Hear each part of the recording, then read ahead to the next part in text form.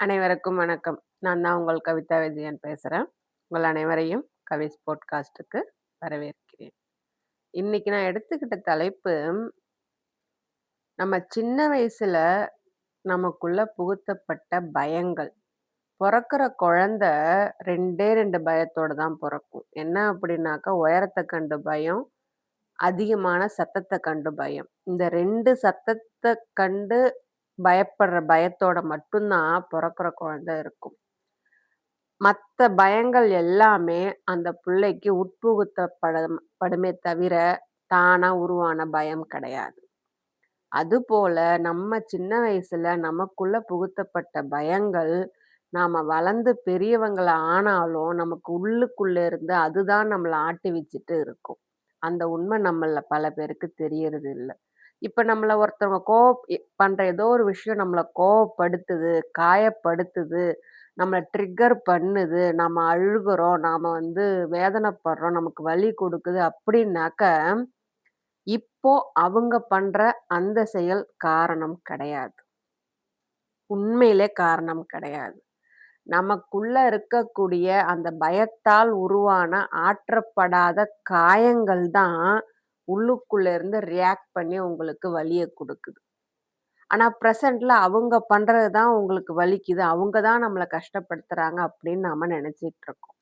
அதனுடைய root cause வேர் எங்க இருக்கு அப்படின்னாக்க, குழந்தை பருவத்துல நமக்குள்ள உட்புகுத்தப்பட்ட அந்த பயங்கள்ல இருக்கு.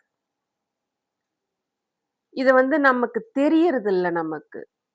நான் இந்த ஹீலிங் ஜேர்னிய உள்ள போனதுனால, எனக்கு சைக்காலஜிக்கல் ஸ்ட்ரக்சர பத்தி நான் படிக்க ஆரம்பிச்சதுனால, என் லைஃப்ல என்ன நடக்குதுன்னு நான் தெரிஞ்சுக்க தேடி போகும்போது, இந்த உண்மை எனக்கு தெரிய வந்தது. இப்போ இருக்கிற இந்த வாழ்க்கையில என்னை யாராவது பண்றது, மத்தவங்க வெளியில ஏதோ பண்றது, என்ன ட்ரிக்கர் பண்ணுது, என்ன காயப்படுத்துது, என்ன கோவப்படுத்துது, எனக்கு வலிய குடுக்குது, எனக்கு அழ வைக்குது அப்படின்னாக்க, அவங்க பண்றது காரணம் கிடையாது. எனக்குள்ள ஆற்றப்படாம இருக்கக்கூடிய அந்த வலிகள் தான், எனக்கு உள்ளுக்குள்ள இருந்து இந்த எமோஷன்ஸ எனக்கு குடுக்குது. அப்ப நான் என்ன பண்ணணும்? அந்த காயங்கள கண்டுபிடிச்சு, அந்த காயங்கள நான் ஆத்தணும். அந்த காயம் உருவாகுறதுக்கு உண்டான பயம் என்ன? அது எங்க குடுக்கப்பட்டது எனக்கு? அத நான் கண்டுபிடிச்சு, நான் அத மாத்தணும். ஸோ, இன்னைக்கு நான் அத பத்தி தாங்க பேசணும்னு வந்திருக்கேன் நானு. ஸோ, எப்பவுமே சொல்றதுதான். இந்த ஜேர்னி என்னுடைய ரொம்ப பர்சனலான ஜேர்னி. ஆனா, நான் இத ஓப்பன் அப் பண்றேன். நெறைய பேரு இது என்னன்னு தெரியாமலே சைலன்ட்டா இந்த பயங்களையும், அந்த பயங்கள் குடுத்த காயங்களையும் சுமந்துகிட்டே இருக்கிறாங்க. குழந்தை பருவ பயங்கள். ஆனா அது அவங்களுக்கு தெரியறதில்ல. புரிஞ்சுக்கிறதில்ல. புரிஞ்சுக்க முயற்சி பண்றதும் இல்ல. நம்ம நம்மள சுத்தி நடக்கிற சின்ன விஷயங்களுக்கு கூட, அது பெரிய விஷயமா இருக்கணும்னு அவசியமே கிடையாது. ஒரு சின்ன வார்த்தையா இருக்கலாம், ஒரு செயலா இருக்கலாம், முகத்துல காட்டுற ஒரு எமோஷனா இருக்கலாம். அது நம்மள பெரிய அளவுல பாதிக்கும். நம்மள வெடிக்க வைக்கிற அளவுல நம்மள பாதிக்கும். எல்லாரும் கேட்பாங்க, "இந்த சின்ன விஷயத்துக்கு ஏன் இந்த மாரி பைத்தியக்காரத்தனமா நடந்துக்கிற?" அப்படின்னு கேட்பாங்க. ஆனா, அங்க நடக்கிற உண்மை காரணம் என்ன அப்படின்னா, அவங்க பண்ண அந்த சின்ன விஷயம், உங்க மனசுக்குள்ள ஆற்றப்படாம இருக்கக்கூடிய அந்த காயத்த போய் கீறி விடுது. அதுதான் அந்த அளவுக்கு பெருசா வெடிக்குது. அத முதல்ல புரிஞ்சுக்கோங்க. சில நேரங்கள்ல நம்மள நம்மள நோக்கி யாராவது அவங்களுடைய குரல உயர்த்தும்போதோ, நம்மள இக்னோர் பண்ணும்போதோ, இல்ல நம்மள கிரிட்டிசைஸ் பண்ணும்போதோ, நாம ஹர்ட் ஆகுற மாரியோ, இல்ல கோபமோ, இல்ல பயமோ நம்மளே அறியாம எழும். ஆனா அந்த ரியாக்ஷன் இன்னைக்கு இப்போ அவங்க பண்ணதுனால வந்தது கிடையாது. இது நம்ம குழந்தை பருவத்துல நமக்குள்ள நமக்கு தெரியாம நமக்குள்ள புகுத்தப்பட்டு, நமக்கே தெரியாம அத நாம நம்மளுடைய வளர்ந்த பருவம் வரைக்கும் அடல்ட் ஸ்டேஜ் வரைக்கும் நாம அத கொண்டுட்டு வந்திருக்கோம். அதுதான் காரணம்ன்றத புரிஞ்சுக்கோங்க. இப்போ இந்த பாட்காஸ்ட்ல என்னுடைய குழந்தை பருவ பயங்கள் எப்படி நான் வளர்ந்ததுக்கு அப்புறமும் என்னோட ரியாக்ஷனுக்கு காரணமாச்சு. அத நான் எப்படி கண்டுபிடிச்சேன்? அதுலேருந்து நான் எப்படி வெளில வந்தேன்? அப்படின்றத தான் இன்னைக்கு நான் சொல்லப்போறேன். முதல் விஷயம் பேட்டர்ன் என்னன்றத நான் அண்டர்ஸ்டாண்ட் பண்ணிக்கிட்டேன். என்ன பேட்டர்ன் அப்டின்னாக்க, குழந்தையா இருக்கும்போதே நமக்கு வந்து எமோஷனலா யாரும் புரொடெக்ட் பண்ணியிருக்க மாட்டாங்க. நான் இன்னொன்னு சொல்றேங்க. அதாவது நான் சொல்றது வந்து நெறைய பேர் அனுபவிச்சிருக்கலாம். இதே மாதிரி தான் எல்லா பேரண்ட்ஸும் இருப்பாங்களா? கிடையவே கிடையாதுங்க. உண்மையிலே அன்ப கொட்டி, பாசத்த கொட்டி, அக்கறைய காட்டி வளர்க்குற பேரண்ட்ஸும் இருப்பாங்க. நான் சொல்ற இந்த நார்சிஸ்டிக் பேரண்ட்ஸும் மத்த குழந்தைங்கள்ட்ட உண்மையான அன்போடையும், அக்கறையோடையும் இருப்பாங்க. ஆனா, அவங்க ஸ்கேப் கோட்டா பயன்படுத்துற ஒரு குழந்தைகிட்ட மட்டும் தான் அவங்களுடைய உண்மையான நார்சிஸ்ட் பிஹேவியர காமிப்பாங்க. அவங்களால லவ் பண்ண முடியாம கிடையாது, கேர் குடுக்க முடியாம கிடையாது, அட்டென்ஷன் குடுக்க முடியாம கிடையாது. ஆனா, அவங்க வெறுக்கிற ஒரு குழந்தைகிட்ட அவங்களுடைய அ அ உள்ளுக்குள்ள இருக்கிற காயங்கள ஆற்ற முடியாம அந்த வெறுப்ப எந்த குழந்தைகிட்ட காட்டுறாங்களோ, அந்த குழந்தைங்களுக்கு அவங்கள்ட்டேருந்து எதுவுமே கிடைக்காதுங்க. சரிங்களா? ஆனா, நார்சிசிஸ்ட் வந்து லவ் பண்ண மாட்டாங்களா? அவங்க வந்து அன்ப காட்ட மாட்டாங்களா? அப்படின்றது கிடையவே கிடையாது. ஒரு பர்ட்டிகுலர் பெர்சன் தான் அவங்க காட்டுனாங்க அப்படின்னாக்க, அவங்க கடைசி வரைக்கும் அவங்கள்ட்ட அப்படிதான் இருப்பாங்க. ஆனா, அவங்களே மத்தவங்கள்ட்ட உண்மையாவும் இருப்பாங்க, இருக்க வாய்ப்பும் இருக்குது. அதையும் புரிஞ்சுக்கோங்க. எனக்கு வந்து சின்ன வயசுல எமோஷனல் புரொடெக்ஷனே கிடைக்கல. என்ன அப்டின்னாக்க, என்னை யாராவது காயப்படுத்துனாங்க, அடிச்சுட்டாங்க அப்டின்னாக்கா, அம்மா, அப்பா நான் போனேன் அப்டின்னாக்க, என்ன அரவணைச்சு, அன்பா பார்த்து, என்னாச்சு, ஏதாச்சுன்னு கேட்டவங்க கிடையாது. "நீ என்ன பண்ண? உன்னால தான் இது நடந்திருக்கும். நீ என்ன தப்பு பண்ணியோ?" இந்த பதில் தான் முதல்ல வரும். உண்மைய சொல்லப்போனா, ஒரு டீனேஜ் சமயத்துல சில விஷயங்கள் நடந்தத எங்க அப்பாட்ட போய் சொன்னாக்கா, அவரு என்ட்ட கேட்கிற முதல் கேள்வி எனக்கு அங்க அப்யூஸ் நடந்திருக்குது அங்க. நான் அவர்ட்ட போய் சொன்னாக்க, அவரு என்ன கேட்கிற முதல் கேள்வி, அவரு வந்து எனக்காக பேசணும்னு நான் நினைப்பேன் நானு. என்ன புரொடெக்ட் பண்ணணும்னு நான் நினைப்பேன். ஆனா அவரு சொல்றது, "இது உன்னால தான் நடந்திருக்கும். அவன் அப்படி பண்ணான்னா, அதுக்கு நீ ஏதாவது சிக்னல் குடுத்திருப்ப. நீ ஏதாவது கண்ண காமிச்சிருப்ப. நீ ஏதாவது கைய ஆட்டுனா தான் அவனுக்கு அந்த மாரி தெரிஞ்சிருக்கும்." இப்படிதாங்க சொல்லுவாரு. என் மேல அவருக்கு அவ்ளோ நம்பிக்கை. நம்பிக்கை வைக்கக்கூடாதுன்னு முடிவு பண்ணதுனாலேயே, நான் சொல்ற எதையுமே நம்புறது கிடையாது. என் மேல தான் குத்தம். என் மேல தான் தப்பு. எதுக்கு எடுத்தாலும் என் மேல தான். அப்படியே வந்துட்டேன் நானும். நம்ம இந்த எமோஷனல் புரொடெக்ஷன் எப்படி நமக்கு கிடைக்காம போயிருக்கோம் அப்படின்னாக்கா, எப்ப பாரு நம்மள திட்டிக்கிட்டே இருப்பாங்க. நம்ம என்ன சொல்ல வந்தாலும் அத காது குடுத்து கேட்க மாட்டாங்க. நம்மள கம்பேர் பண்ணிட்டே இருப்பாங்க. நம்மளுடைய உணர்வுகள், நம்மளுடைய விருப்பங்கள சொன்னாக்க, அத அவாய்ட் பண்ணிடுவாங்க, இக்னோர் பண்ணிடுவாங்க. இதனாலேயே நாம வந்து அவங்கள்ட்ட சேஃபா ஃபீல் பண்ணவே மாட்டோம். இதுல என் லைஃப்ல நடந்த ஒரு சம்பவத்த நான் சொல்லணும்னு நெனைக்கிறேன். என்ன அப்டின்னாக்கா, சின்ன வயசுல மினிமம் எனக்கு ஒரு 4 இல்ல 5 வயசு தாங்க இருக்கும். அந்த நேரத்துல நடந்த சம்பவம் இது. அது இன்னமும் ஃப்ரெஷ்ஷா எனக்கு மைண்டுக்குள்ள நிக்குது அப்டின்னாக்க, இப்ப அந்த காயத்துலருந்து நான் வெளில வந்துட்டேன். ஆனா, இம்மா நாளா அந்த காயம் வந்து என்ன காயப்படுத்திட்டே இருந்துச்சு. என்ன அப்டின்னாக்கா குழந்தை பிள்ளையா இருக்கும்போது 4, 5 வயசு தான் இருக்கும். நான் வந்து பேண்டீஸ் போட்டு தூங்குறது தான் பழக்கம். அப்படிதான் பழக்கப்படுத்தி வச்சிருந்தாங்க. நான் தூங்க மாட்டேன் அப்படின்றதுக்காக ட்ரெஸ்ஸ கழட்டி ஃப்ரீயா இருக்கட்டும்னு அப்படியே 4 வயசு வரைக்கும் கொண்டு வந்துட்டாங்க என்ன. ஒரு நாள் காலைல எழுந்து போயிட்டு எங்க அம்மாட்ட வந்து, "அம்மா ட்ரெஸ் எடுத்து குடும்மா, நான் போணும்" நான் கேட்டேன். அதுக்கு எங்க அப்பா ஒண்ணுமே சொல்லவே இல்ல. பளார், பளார், பளார், பளார்ன்னு முதுகுல அடிக்க ஆரம்பிச்சாரு. அவர் கோவம் தீரவே இல்ல. பக்கத்துல நான் ஸ்கூல் ஸ்லேட்டு வச்சிருந்தேன். அந்த ஸ்லேட்ட எடுத்து அடிச்சு, அந்த ஸ்லேட்டு உடையிற வரைக்கும் அடிச்சாருங்க. 4 வயசு, 5 வயசு தான் எனக்கு இருக்கும். என்ன எதுக்கு அடிக்கிறாரு? ஏன் அடிக்கிறாரு? நான் அழுவுறேன், கத்துறேன், கதறேன். இது மட்டும் தான் இருக்கு. உடம்பு ஃபுல்லா காயமா போயிடுச்சு. அப்ப அவரு கேட்ட கேள்வி ஒண்ணு இன்னமும் என் மைண்ட்ல இருக்கு. எப்போ 4 வயசுல என்ன அவரு கேட்ட கேள்வி, இப்ப எனக்கு 44 வயசாகியும் அந்த கேள்வி இருக்கு அப்டின்னாக்க, "தேவடி ஆளுங்க தான் இப்படி இருப்பாளுங்க" அப்டின்னாரு. அந்த வயசுல அந்த தேவடியான்ற வார்த்தை எனக்கு தெரியுமா? இல்ல அதுக்கான அர்த்தம் தெரியுமா எனக்கு? அவங்க தான் இப்படி இருப்பாங்கன்னாக்க, அது என்ன மாதிரியான பிஹேவியர்ன்னு எனக்கு தெரியல. வளர்ந்ததுக்கு அப்புறமேலுக்கு எனக்கு கோவம் வந்துச்சு. ஆனா, அவரு அந்த மாரி பேசுனதுக்கான காரணம் என்னன்னு தெரிஞ்சதுக்கு அப்புறமேலுக்கு, நான் விட்டுட்டேன். இதுக்கப்புறம் ஒண்ணும் இல்ல. மன்னிக்கிறதுக்கும், இது பார்க்கறதுக்கும் ஒண்ணுமே இல்ல அப்படின்றத நான் உட்டுட்டேன். அவரு என்கிட்ட இனிமே இந்த மாரி பண்ணக்கூடாது. ட்ரெஸ் போட்டு தூங்கணும் அப்படின்னு சொன்னாக்க, நான் கேட்காம இருந்திருப்பனா? எங்க அம்மாவால ஒண்ணும் பண்ண முடியல. நான் கேட்காம இருந்திருப்பனா? ஆனா, அந்த சம்பவம் என்ன ரொம்ப நாளா காயப்படுத்திட்டே இருந்துச்சு. அதன் மூலியமா எனக்கு என்னென்ன ஆச்சு அப்டின்னாக்க, என் பக்கத்துல யாராச்சும் ஒரு மேல் என்ன விட இருந்தாங்க அப்டின்னாக்க, அவங்க பக்கத்துல நிக்கிறதுக்கே நான் பயந்தேன். அடிக்கடி என் ட்ரெஸ்ஸ நான் இது பாடி ஷேமிங் அந்த எனக்கு வந்ததுனால, என் ட்ரெஸ் சரியா தான் இருக்கும். ஆனா, நான் ட்ரெஸ் சரி பண்ணிட்டே இருப்பேன். யாரோ என்ன வந்து பார்த்துட்டே இருக்காங்க. என் ட்ரெஸ்ல ஏதோ தப்பு இருக்கிற மாரியான ஒரு பாடி ஷேமிங், ஒரு குற்ற உணர்வு எனக்குள்ள வந்துட்டே இருந்துச்சு. யாராவது திடீர்னு சத்தம் போட்டாங்க அப்டின்னாக்க, என் உடம்பு பதற ஆரம்பிச்சுரும். இந்த இந்த பாதிப்பு அந்த சம்பவத்தின் மூலியமா எனக்கு கிடைச்சது.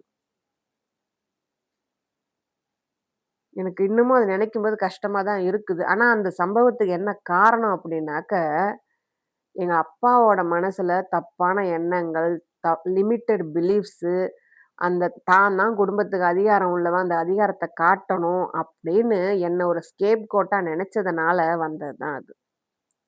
என்கிட்ட சொல்லியிருக்கலாம். குழந்தைகிட்ட சொன்னா புரியுன்ற அந்த அறிவு அவருக்கு இல்லையா என்னன்னு எனக்கு தெரியல.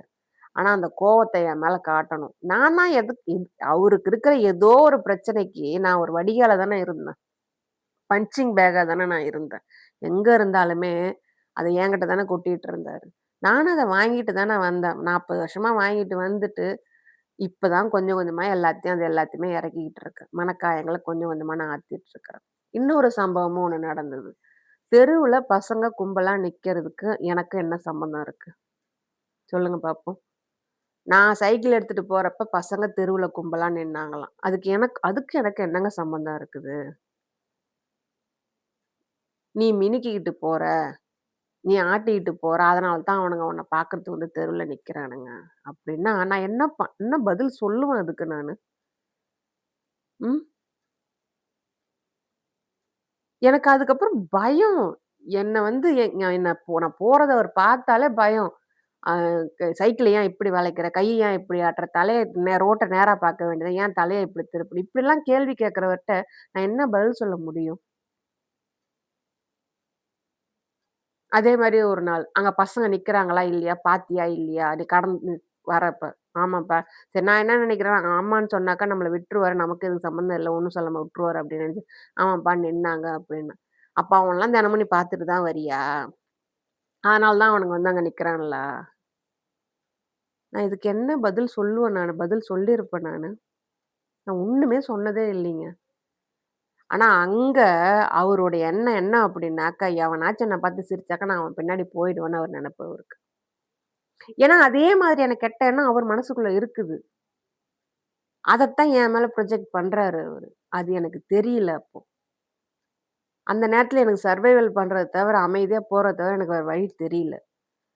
இது மாதிரியான காயங்கள் இதனாலேயே எனக்கு பப்ளிக் பிளேஸ்ல போகணும் அப்டின்னாக்கா, ஒரு காலகட்டம் வரைக்கும் உடம்பு அவ்ளோ குறுகும் எனக்கு. என்ன யாரோ எப்ப பாரு கண்காணிச்சுட்டே இருக்காங்க, பார்த்துட்டே இருக்காங்கன்னு என்னால ஒரு நிலையாவே இருக்க முடியாம இருந்துச்சு. ஆனா, இப்ப அதுலேருந்து வெளில வந்துட்டேன் நானு. இது மாதிரியான சம்பவங்களால நம்மளுடைய பின்னாடி நம்ம வளர்ந்ததுக்கு அப்புறமேலுக்கும் நம்மளுடைய வாழ்க்கை பாதிக்கப்படுதான்னா, கண்டிப்பா பாதிக்கப்படுது. இங்க எனக்கு அவர குறை சொல்லணுன்றது எனக்கு இங்க நோக்கம் கிடையாது எனக்கு. ஆனா இந்த மாதிரியான ஒரு சம்பவம் நடந்திருந்தது குழந்தை பருவத்துல, நம்மளுடைய டீனேஜ்ல, நம்மளுடைய பின் பருவத்துல நடந்தது அப்டின்னாக்க, அது வளர்ந்ததுக்கு அப்புறமேலுக்கும் நம்மள பாதிக்கும். என்ன பாதிச்சுது? அந்த பாதிப்ப நான் உணர்ந்தேன். அதுலேருந்து நான் வெளிலயும் வந்திருக்கிறேன். அதத்தான் இங்க நான் எடுத்து சொல்லணும்னு நெனச்சது. இதனால என்ன ஆகுது அப்டின்னாக்க, என்னோட நர்வஸ் சிஸ்டம் சில விஷயங்கள பழகிக்குது. என்னென்ன அப்டின்னாக்க குழந்தையா இருக்கும்போது நமக்கு சர்வைவல தவிர வேற எந்த டூலுமே கிடையாது. ஏன்னா, நமக்கு அவங்க சாப்பாடு போடுறாங்க, நம்மள பார்த்துக்கிறாங்க. நம்மள யாராவது அடிச்சாலும் நம்ம அவங்கள்ட்ட தான் போய் ஒட்டுவோம் நாம. இந்த இடத்துல நான் இன்னொரு விஷயத்தையும் நான் சொல்ல வரேன் நானு. இதே மாரி நான் என் பையன்கிட்டயும் இருந்தேன் நானு. வீட்ல சண்டை ஒரு தடவ நடந்தப்ப அவன் அழுகைய நிறுத்தவே இல்ல. என்னால முடியல. அ அந்த இடத்துல ஓவர் எக்ஸாக்ஷன். குழந்தை பிறந்து ஒரு 6 மாசம், 8 மாசம் இருக்கும். அவ்ளோ வலி, அவ்ளோ சண்டை நடக்குது. என்ன இழுத்து போட்டு அடிச்சது, என் கையில இருந்த புள்ள கீழ விழுந்தது, எல்லாமே நடந்துச்சு. அந்த நேரத்துல நான் எங்க அம்மா வீட்டுக்கு நான் போறேன். என்னால தாங்க முடியாத பிரஷர் அப்ப. என் புள்ள அழுவுறான். அடிச்சுட்டேன் நானு. நான் அடிச்சதும் அவனுக்கு என்ன பண்றதுன்னு தெரியல. அவன் திரும்ப வந்து என்ன தான் வந்து கட்டிப்பிடிச்சான். என்ன ஒரு 8 மாசம், 9 மாசம் புள்ள இருப்பானா, எனக்கு அப்ப யார்கிட்டயும் போய் என் வலிய சொல்றதுக்கோ, இதுன்றதுக்கோ இல்ல. என் புள்ள அடிச்சு அவன் யார்கிட்டயும் போகாம திரும்ப அவன் என்கிட்ட தான் வந்தான். அது இன்னுமே என்ன பாதிக்குது. அந்த சம்பவம் எனக்கு இன்னமும் பாதிப்பா இருக்கு. ஆனா என் புள்ளைட்ட நான் சொல்லியிருக்கேன். "அப்பா நான் அந்த நேரத்துல நான் அப்படி இருந்தேன்ப்பா. என்னால முடியல. அதனால தான்ப்பா நான் உன்ன அது அது உனக்கு ஞாபகம் கூட இருக்காது உனக்கு. உனக்கு அது ஞாபகம் இருக்க வாய்ப்பும் இல்ல. ஆனா அந்த நேரத்துல வந்து அவ்ளோ கஷ்டப்பட்டேன். அதனால தானே உன்ன அடிச்சிருக்கிறேன். இத நான் உன்ட்ட சொல்லணும்னு அவசியம் கிடையாது. ஏன்னா உனக்கு ஞாபகம் ஆனா இருந்தாலும் எனக்கு சொல்லணும்னு தோணுச்சுப்பா" அப்படின்னு. அவன் புரிஞ்சுக்கிட்டான் என்ன. அப்ப அங்க நடந்த அந்த அந்த சின்ன வயசுல நான் பட்ட அந்த காயம் என் புள்ள வரைக்குமே அது பாதிச்சுது. இப்ப நான் அவன்கிட்ட சொல்லி அவனும் புரிஞ்சுகிட்டு, நம்ம அம்மா சர்வைவல்ல இருந்து எப்படி நம்மள வளர்த்தாங்க அப்படின்றத அவன் நல்லாவே தெரிஞ்சுக்கிட்டான். என்னால முடியல. சாரி. இருந்தாலும் நான் சொல்ல வந்தத நான் சொல்லிர்றேன் நானு.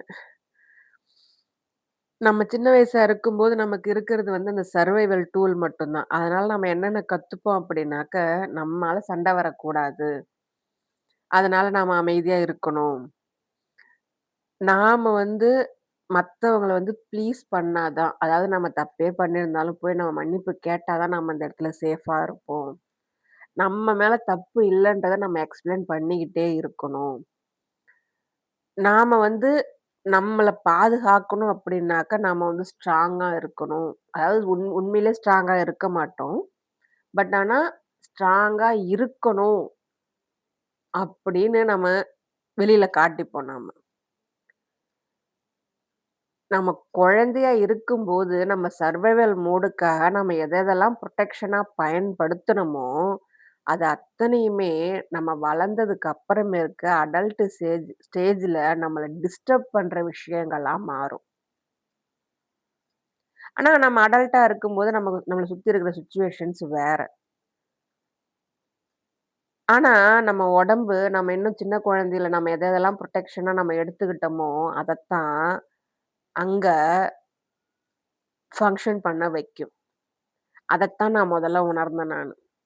இப்ப நான் ரியாக்ட் பண்றேன் அப்டின்னாக்க, நான் பிரசன்ட்ல இருக்கிறவங்கள்ட்டயோ, இருக்கிற சிச்சுவேஷனுக்கோ நான் ரியாக்ட் பண்ணல. பாஸ்ட்ல நடந்த அந்த காயங்கள் ஆறாம இருக்கிறதுனால, அந்த வலிகளின் மூலியமா தான் நான் ரியாக்ட் பண்றேன். அந்த அவேர்னஸ் என்ன மாத்த ஆரம்பிச்சது. 2வது என்னுடைய டர்னிங் பாயிண்ட் என்ன அப்டின்னாக்க, எனக்கு வந்து சில விஷயங்கள்ல வந்து ஒத்து போகாம இருந்துச்சு. என்ன ஒத்துப்போகாம இருந்துச்சு அப்டின்னாக்க, எனக்குள்ள இருக்கிற பயம், நான் ரொம்ப பயத்த ஃபீல் பண்ணேன். அது வந்து எனக்குள்ள பயம் இருக்குன்றது மட்டும் எனக்கு தெரியுது. ஆனா அது கோவம் கிடையாது, ஈகோ கிடையாது அப்டின்றது எனக்கு தெரிஞ்சு போச்சு. நான் எதுக்காக பயப்படுறேன்? இந்த சிச்சுவேஷன்ல நான் பயப்படுறதுக்கு எதுவுமே இல்லையே! பிரசன்ட்ல நான் ரொம்ப சேஃபா இருக்கிறேன். என்ன சுத்தி இருக்கிறவங்க நல்லா பார்த்துக்கிறாங்க. நான் ஒரு சேஃபான சிச்சுவேஷன்ல இருக்கிறேன். அப்புறம் ஏன் எனக்குள்ள இந்த பயம்? அந்த கேள்வி எனக்கு ஒரு பதில குடுத்தது. என்ன அப்டின்னாக்க, இப்போ நான் இருக்கிற இந்த ட்ரிக்கர் வந்து எனக்கு எதிர்த்தாப்புல உள்ளவங்க குடுக்கல. என்னுடைய குழந்தை பருவத்துல இருந்த அந்த அனுபவங்கள்ல இருந்து ஏற்பட்ட பயங்கள் தான் அப்டின்றது எனக்கு புரிஞ்சது. இன்னொன்னு நான் தெரிஞ்சுக்கிட்டேன். அந்த குழந்தை இப்ப நான் கிடையாது. ஸோ அதனால என் உடம்பு வந்து என்ன நம்ப ஆரம்பிச்சது அப்டின்னாக்க, இப்போ நான் பேசனா என்ன நான் தாக்கப்படுவேன். நான் தப்பு பண்ணா நான் ரிஜெக்ட் பண்ணப்படுவேன். ஆனா உண்மையிலேயே நான் பேசினா என்ன யாரும் தாக்க மாட்டாங்க. நான் தப்பு பண்ணாக்க என்ன யாரும் ரிஜெக்ட் பண்ணிட்டு விட்டுட்டு மாட்டாங்க. ஆனா, நான் சின்ன வயசுல கத்துக்கிட்டது இன்னமும் நான் ஃபாலோ பண்றேன். நான் அந்த குழந்தை இல்ல. ஆனா அந்த குழந்தை என்னென்னலாம் கத்துக்குச்சோ, அதெல்லாம் இப்ப என்ன பிரசன்ட்ல ஆட்டி வச்சுட்டு இருக்கு. அப்படின்றது எனக்கு புரிஞ்சு போச்சு. அதுதான் என்னோட டர்னிங் பாயிண்ட். மத்தவங்கள குறை சொல்றத நிறுத்துனேன் முதல்ல. என்ன நான் அப்சர்வ் பண்ண ஆரம்பிச்சேன். நான் எதையுமே ஜட்ஜ் பண்ணல. நீ இப்படித்தான், நீ இப்படித்தான் அப்படின்றத நான் என்ன ஜட்ஜ் பண்ணவே இல்ல. எனக்கான ஸ்பேஸ எடுத்துக்கிட்டு, எனக்கு என்ன நான் ஒரு குழந்தைய பார்க்கறது போல நான் பார்க்க ஆரம்பிச்சேன். இந்த எமோஷனல் ஃபியர்ஸ்லேருந்து நான் எப்படி வெளில வந்தேன்? எது எனக்கு ஹெல்ப் பண்ணுச்சு அப்டின்னாக்கா, நான் ரியாக்ட் பண்றத நிறுத்தணும். யார் என்ன சொன்னாலும் ரியாக்ட் பண்றத நிறுத்தணும். இவங்க இவங்க இது சொல்றாங்களா? எனக்கு கஷ்டமா இருக்கா? கொஞ்சம் நிறுத்துவோம். எந்த ரியாக்ஷனும் குடுக்க வேணாம். அதுக்கு என்ன காரணம்னு யோசிப்போம். நான் தேடி போனேன். ஒரு ட்ரிகருக்கான காரணத்தையும் நான் என் டைரியில எழுத ஆரம்பிச்சேன். இது எனக்கு வலிச்சது அப்டின்னா, இதுக்கு என்ன காரணமா இருக்கும்? நான் சர்ச் பண்ணேன். அதுக்கான காரணத்த எடுத்து எழுதினேன். இப்படி எழுத சில ட்ரிகர்ஸுக்கு இதுதான் காரணமா இருக்கும்னு என்னோட ரியாக்ஷன நான் மாத்திக்க ஆரம்பிச்சேன். அடுத்து, இப்ப நான் பிரசன்ட்ல இருக்கிறேன். பாஸ்ட்ல இருந்த அன்சேஃப் சிச்சுவேஷன் இப்ப என்கிட்ட இல்ல. நான் பிரசன்ட்ல இருக்கிறேன், சேஃபா இருக்கிறேன். அப்படின்றத நான் நம்ப ஆரம்பிச்சேன். அதே மாரி ரெஸ்பாண்ட் பண்ணணும். ரியாக்ட் பண்ணக்கூடாது. கோவம் வந்துச்சுன்னா கத்துறதோ, இல்ல எதையாவது தூக்கி போட்டு பண்ணேன் தான். இல்ல அதுக்கு முன்னாடி நல்லா பண்ணிட்டு தான் இருந்தேன். கண்மூடித்தனமா பேசுறது, தேவையில்லாத வார்த்தைகள் விடுறது, இதுதான் ரியாக்ஷன் அப்படின்றது. ஆனா ரெஸ்பாண்ட் பண்றது என்ன அப்படின்னாக்க, நீங்க பண்ண இந்த செயல் எனக்கு வந்து காயப்படுத்திருக்கு. எனக்கு கொஞ்சம் டைம் வேணும். என்னால இப்ப எதுவும் ரியாக்ட் பண்ண முடியாது. நான் கோவமா இருக்கிறேன். என்ன தனியா விடுங்க அப்படின்னு தெளிவா சொல்றது தான் ரெஸ்பாண்ட். அதையும் நான் பண்ணேன். எனக்கான ஸ்பேஸ நான் எடுத்துக்கிட்டேன். அதே மாரி அடுத்து செல்ஃப் கம்பேஷன். எனக்கு இந்த மாரியான பிரச்சனைகள் இருக்கு. எனக்கு இவ்ளோ காயங்கள் இருக்கு அப்படின்னு நான் ஒரு நாளும் கேவலப்பட்டதோ, இல்ல குற்ற உணர்வு அடைஞ்சதோ, இல்ல நான் வெட்கப்பட்டதோ கிடையாது. நான் இப்படி இருக்கிறேன். இத நான் சரி பண்ண ட்ரை பண்றேன். இதுல என்ன தப்பு இருக்குது? அதனால எனக்கு நானே ரொம்பவும் எப்படி சொல்றது? ஒரு குழந்தை அடிபட்டிருந்தா அத நம்ம எப்படி பார்த்துப்போம். அதே மாரி என்ன நான் கவனிச்சு நான் பார்க்க ஆரம்பிச்சேன். அதே மாரி எல்லாத்தையும் ஒத்துக்க ஆரம்பிச்சேன். என்ன சுத்தி நடக்கிற ரியாலிட்டிய ஏத்துக்கிட்டேன். இதுதான் எனக்கு வேணும். இப்படிதான் நான் இருப்பேன் அப்படின்ற அந்த ரெசிஸ்டன்ஸ தூக்கி போட்டுட்டு, ரியாலிட்டி என்னவோ அத நான் அக்செப்ட் பண்ணிக்க ஆரம்பிச்சேன். இந்த ட்ரிகர் எல்லாமே நம்மள விட்டுட்டு ஒரே நாள்ல போயிடாது. ஏன்னா நம்மள சுத்தி இருக்கிற நமக்குள்ள இருக்கிற காயங்கள், எனக்குள்ள இருக்க காயங்கள் 40 வருஷமா இருந்த காயங்கள் ஒரே நாள்ல போயிடுமா? நான் ஒரு ரிதமிக்கா சொல்லணும்னா 40 வருஷ காயங்கள் 4 வருஷம் நான் சரி பண்ணேன். ஆனா, ஒரே நாள்ல நடக்கல. அந்த காயங்கள் வந்து ஒண்ணொண்ணும் ஒரு விதமா இருந்ததுனால, பயம், வெட்க உணர்வு, குற்ற உணர்வு, அவமானம், அ இன்னும் என்ன சொல்றது? பொறாம, இந்த மாரியான வெக் வருத்தம், வலிகள் இது எல்லாத்தையுமே வந்து கொஞ்சம் கொஞ்சமா தான் ஒண்ணு ஒண்ணா தான் முள்ள எடுக்கிற மாரி ஒண்ணு ஒண்ணா தான் எடுக்க முடிஞ்சது தவிர, ஒரேடியா எடுக்க முடியல. அதையும் நான் அக்செப்ட் பண்ணிக்கிட்டேன். வலிகள் இருக்கும். அத நம்மால சரி பண்ண முடியும். ஆனா ஒரே நாள்ல முடியாது. கொஞ்சம் கொஞ்சமா நம்மால சரி பண்ண முடியும். அப்படின்றத நான் ஒத்துக்கிட்டேன். எவ் நம்மளுக்கு வந்து நம்மள வந்து ரீவயர் பண்றது, நம்ம பிரெயின ரீவயர் பண்றது அப்படின்றது ரொம்ப பெரிய விஷயம். அத யாராவது ஒருத்தவங்க கையில எடுத்துட்டாங்க அப்படின்னாக்கா, அவங்கள விட தைரியசாலி வேற யாருமே இருக்க முடியாது. நான் ஒத்துக்கிறேன். ஏன்னா எனக்கு தெரியும் அது. அந்த அளவுக்கு அவங்களுக்கு தைரியம் தேவ. அது அவ்வளோ பவர்ஃபுல்லான விஷயமும் கூட. எனக்கு ரொம்ப புடிச்ச ஆத்தர் ஒருத்தர் வந்து டாக்டர் ஜோ டிஸ்பென்சா அப்படின்றவரு. அவருடைய ஒரு ரீல் தான் எனக்குள்ள நெறைய மாற்றங்கள உண்டு பண்ணுச்சு. அவர் சொன்ன விஷயம் இதுதான். ஒரு பெர்சன் தன்ன மாத்திக்கணும் அப்படின்னு முடிவு பண்ணிட்டாங்க அப்படின்னாக்க, அவங்க அன்ஸ்டாப்பபிள் அப்படின்னு சொல்லுவாரு. உண்மையே அதான். யார் ஒருத்தர் தன்ன மாத்திக்கணும், மத்தவங்களுக்காக இல்ல, ஊருக்காக இல்ல, உறவுக்காக இல்ல, பெருமைக்காக இல்ல, பாராட்டுக்காக இல்ல, கைத்தட்டலுக்காக இல்ல. தன்ன வந்து ஒருத்தர் சரி பண்ணணும், தனக்காக சரி பண்ணணும் அப்படின்னு ஒருத்தர் முடிவு பண்ணிட்டாரு அப்படின்னாக்க, அவருடைய பவர் அன்ஸ்டாப்பபிளா இருக்கும் அப்படின்னு சொல்லுவாங்க. நான் அத உணர்ந்தேன். நான் அத வந்து உணர்ந்ததுனால தான் அத நான் செயல்படுத்திட்டும் நான் இருக்கிறேன் நான். இதுதாங்க. அந்த எமோஷனல் அ சின்ன வயசுல இருந்த அந்த பயங்கள நான் தாண்டி எப்படி வந்தேன் அப்படின்னாக்கா, இந்த மாரியான சின்ன சின்ன விஷயங்கள் மூலியமா தான் நான் தாண்டி வந்தேன்.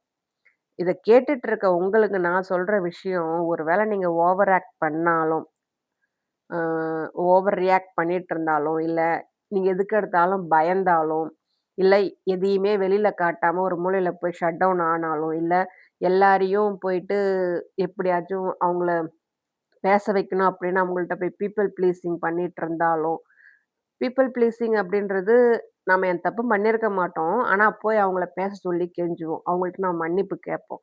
அந்த மாரி ஏதாவது பண்ணிட்டு இருந்தீங்க அப்படின்னாக்க, தயவு செஞ்சு ஒரு விஷயத்த புரிஞ்சுக்கோங்க. நீங்க வீக் கிடையாது. அந்த சர்வைவல் சின்ன வயசுல உங்களுக்கு குடுக்கப்பட்ட அந்த சர்வைவல் மோட இன்னமும் நீங்க அடாப்ட் பண்ணி வச்சிருக்கீங்க. அத மட்டும் புரிஞ்சுக்கோங்க. அத நீங்க புரிஞ்சுக்க ஆரம்பிச்சாலே, உங்க வாழ்க்கை வித்தியாசமா வாழணும் அப்படின்ற ஒரு எண்ணம் உங்களுக்கு வந்துரும். இவ்ளோ நாள் நாம வந்து அடுத்தவங்களுக்காக வாழ்ந்துட்டு இருக்கிறோம். இனியும் அத நம்ம கன்டின்யூ பண்ணக்கூடாது அப்படின்னு நீங்க உங்களுக்குள்ள ஒரு எண்ணம் தானாவே உதிக்க ஆரம்பிக்கும். உங்க நீங்க வந்து உங்க குழந்தை பருவம் கிடையாது. இப்ப நீங்க வளர்ந்து வெளியில வந்துட்டீங்க. அதனால நீங்க அந்த காயப்பட்ட குழந்தையும் கிடையாது. பயத்த உள்வாங்குன குழந்தையும் கிடையாது. இப்போ அந்த ஆனா அந்த கண்டிஷன் அப்போ குடுக்கப்பட்ட அந்த கண்டிஷன் மட்டும் இன்னும் உங்கள்ட்ட ஒட்டிட்டு இருக்குது. உங்களுடைய அவேர்னஸ் மூலியமா நீங்க அதுலேருந்து வெளியில வர முடியும். அந்த தைரியம் உங்களுக்கு இருக்குது. இந்த அவேர்னஸும், தைரியத்தையும் நீங்க கையில எடுத்தீங்க அப்படின்னா, உங்க வாழ்க்கையோட வளர்ச்சி கண்டிப்பா முன்னோக்கி போகும். நான் இந்த ஹீலிங் ஆரம்பிச்சது வந்து ஹீலிங்க பத்தி நான் பேசுறது வந்து, என்னுடைய பேரண்ட்ஸ வந்து நான் குறை சொல்லணுன்றதுக்காக கிடையாது. சில பேர் நெனைக்கலாம், "என்னடா இவங்க அவங்க பேரண்ட்ஸ பத்தி இவ்வளோ சொல்றாங்களே!" அப்படின்னு சொல்லிட்டு. எனக்கு வந்து இப்ப வந்து அவங்க மேல கோவமோ, வருத்தமோ எதுவுமே எனக்கு கிடையாது. அவங்க மேல எந்த ஒரு எண்ணமுமே எனக்கு கிடையாது. ஆனா எனக்கு நடந்தத நான் சொல்லும்போது, இது இன்னமும் இதே மாதிரி சிச்சுவேஷன்ல உறுத்திக்கிட்டும், மனசுக்குள்ள அடக்கிட்டும் இருக்கிற ஒருத்தவங்களுக்கு கண்டிப்பா ரிலீஃபா இருக்குன்றது என்னோட எண்ணம். எனக்கு அவங்க மேல கோவத்த கொட்டணும், அவங்கள எக்ஸ்போஸ் பண்ணணுன்றது என்னுடைய ஐடியா கிடையாது. என்னுடைய தாட் என்ன? கன்டென்ட் என்ன? இத நீங்க புரிஞ்சுக்கணுன்றது மட்டும் தான் என்னுடைய இது. நான் வந்து இப்ப பாஸ்ட்ல நான் வாழ்ந்துகிட்டு இல்ல. ஆனா என்ன நான் தெளிவா புரிஞ்சுகிட்டேன். நான் யாரு? குழந்தையில நான் எப்படி இருந்தேன்? எனக்கு என்னென்ன நடந்தது? அது எப்படி எனக்கு புகுத்தப்பட்டது? அத நான் கண்டுபிடிச்சுட்டேன். அதுலேருந்து நான் வெளியிலயும் வந்துட்டேன் நான். ஏன்னாக்கா, என்னுடைய கான்ஷியஸ்னஸ், என்னுடைய அவேர்னஸ் அதுக்கு காரணமா இருந்துச்சு. நீங்க இன்னைக்கு உங்ககிட்ட ஒரு கேள்விய கேளுங்க. என்ன அப்படின்னாக்க, இப்ப நான் ரியாக்ட் பண்றேன் அப்படின்னா, அது நான் பிரசன்ட்டுக்காக ரியாக்ட் பண்றேனா, இல்ல பாஸ்ட்ல உள்ள அந்த பயங்கள், காயங்கள் என்ன ரியாக்ட் பண்ண வைக்கிதா? அப்படின்னு ஒரு கேள்விய நீங்க ரியாக்ட் பண்றதுக்கு முன்னாடி கேட்டீங்க அப்படின்னாக்க, உங்களுக்கான பதில் உங்களுக்கு கண்டிப்பா கிடைக்கும். ஒரு கேள்விக்கான பதில நீங்க தேடி போனீங்கன்னா, அடுத்து அடுத்து வரக்கூடிய கேள்விகளுக்கு பதில் உங்கள நோக்கி தானா வரும். கண்டிப்பா வரும். ஒரு வேள நீங்க இந்த பாட்காஸ்ட்ட கேட்டுட்டு இருந்தீங்க அப்படின்னாக்க, என் குரல் உங்க மனசுக்குள்ள இருக்கிற ஏதோ ஒரு விஷயத்த, உங்களுக்கு தேவையான ஒரு விஷயத்த குடுத்திருந்தது அப்படின்னாக்க, அதுதான் என் குரலுக்கான வெற்றி. உங்களுக்கு ஏதாச்சும் என்கிட்ட பேசணும். நான் கவுன்சிலர் கிடையாதுங்க. நான் வந்து யாருக்கும் கவுன்சிலிங்கும் குடுக்கல. பட் என்னோட எக்ஸ்பீரியன்ஸ் நான் சொல்றது மூலியமா, என்கிட்ட பேசுறது மூலியமா உங்களுக்கு ஏதாவது ஒரு கிளாரிட்டி கிடைக்கும் அப்படின்னாக்கா, கண்டிப்பா நான் அதுக்கு ஹெல்ப் பண்றேன். என்கிட்ட பேசணும்னு விருப்பப்பட்டீங்கன்னா, என்னுடைய நம்பர் பயோல இருக்குது. என்கிட்ட நீங்க தாராளமா பேசலாம். நான் ஃப்ரீ டைம் இருந்தா உங்கள்ட்ட நான் பேசுவேன். நீங்க இந்த பாட்காஸ்ட்ட கேட்கறதுக்கும், எனக்கு ஆதரவு குடுக்கறதுக்கும் ரொம்ப நன்றி. உங்க பொறுமைக்கும், அமைதிக்கும் நன்றி.